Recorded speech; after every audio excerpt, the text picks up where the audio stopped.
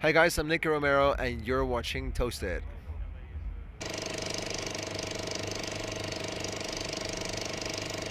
Nicky, welcome to Tomorrowland in Brazil, man. Thank you very much. You played here a gig yesterday on your own stage, your label night. Yeah, we did the protocol stage and it was a huge success. I'm really thankful for everybody who made it such a huge success. All the artists, all the people that helped us building it, so it's great, yeah. We saw you play in Miami as well. Noticed you have a new single coming up, Novel. It isn't out yet officially, right? It will be released in May.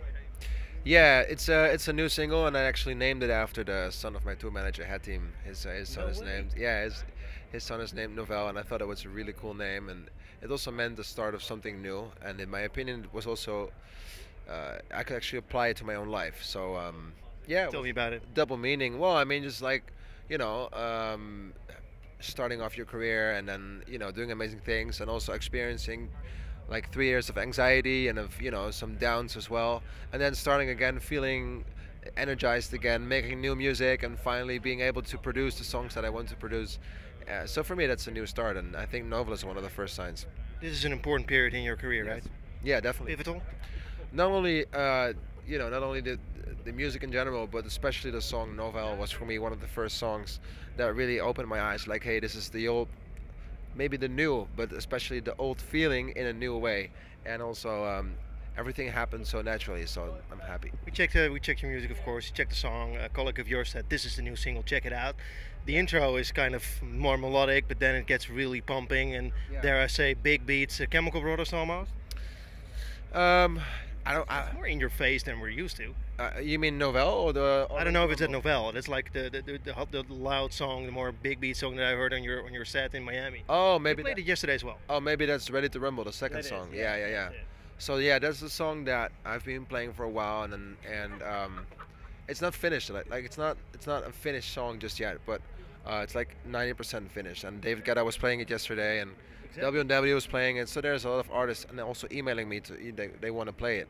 I think it's an outstanding track because I mean it really stands out in every set, and if you hear it, other people play, it's Yeah. people, Thank you. People get really Well, into it. it's like sometimes you just need a song that you can play. Not that like I don't want to say it does not catch so much attention. Like if you play a lot of vocal songs, you just sometimes want to have something in between. And I made a song like the Green Velvet remix I did for Flash, No shit. Sound of the Underground that I did in the past. They're all songs that are like in between songs, but they still keep up the energy. And I felt like those songs we miss a little bit this time of year, and I tried to create it myself. Hey, you played a small Asia tour. I saw some incredible footage of that, especially the Thailand show where there were like massive water hoses over the people.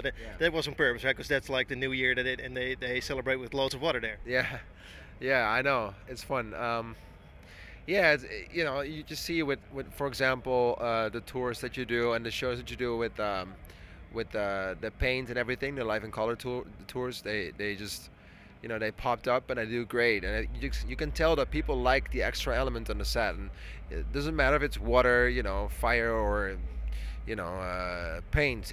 All the extra dimensions in sets people appreciate. So I wonder what's coming, and especially if you look at 2016 and everything that's going on now, the technology is so fast, and the 3D camera system, like I see popping up here and there. That's ours. Yeah, so that it's great, and I'm looking forward to everything that's coming around this technology. Are you still nervous? You're playing the main stage, shitloads of people, massive stage, everything's on there, fire, water, you name it, fireworks. Yeah. You played those gigs before, of course, but Yeah. I can imagine it's nerve-wracking. You know what? In the beginning, it is. After a while, you get used to the feeling and to the. You can just tell that the feeling of excitement is actually way better to have than the real nerves, because the nerves can make you make mistakes, and excitement can only boost you and only help you with your focus. So, in my opinion, I try, if I feel nervous, and it doesn't happen so often.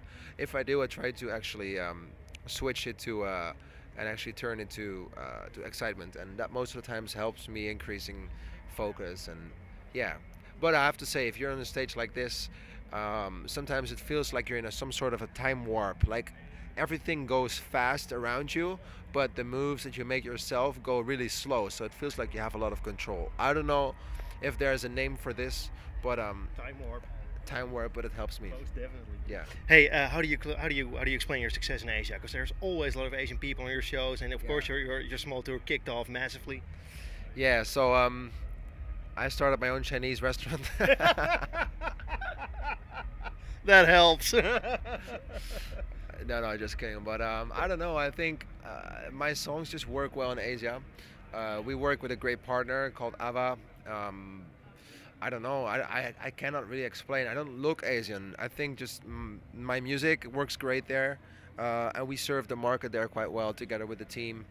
That's all I can say, and that's my explanation so far. So I have no clue, but I'm happy that they're there. Hey, traveling from Asia here, it goes to crazy time zones. It must be fucking draining, man. Yeah, it is draining, but in the past I used to have more problems with traveling than I do now because now I just try not to focus on it. So back in the days I would say, oh no, oh no way, it's like 2 a.m., almost 2 a.m. in Holland now, and I need to sleep. Right now I just try to go with the flow and do what I have to do, enjoy what I have to do, um, and then yeah, sleep comes next. But yeah, it is important, and I will never go as far that it will actually damage my health because I think your health is your most valuable thing. If you don't have your health, you have nothing, man. There's nothing you have. You don't have control over anything, and I just keep my health on one, and right next to it, I'll have the music. Sweet, man. One last thing. Is it official yet? You're dating the fastest woman on earth, right? It was not only we're dating, but we have a relationship. Yeah. Fuck, congratulations. Yeah, yeah, Because you were in high school together, right? yeah. Sort of. Well, it's not really the same. It's not really the same moment. 'Cause it was a different school. It is a different school now, but we were living close. So how did you get together? I mean, totally different jobs. I mean, Actually, through Twitter. that's cool. Yeah, I was watching one of her races in the World Cup in Beijing on a website called Dumpert in Holland. It's no joke, and I was just watching it. I was waiting on an airport, and I was really impressed by her performance. But not only that, I was impressed by her as a person.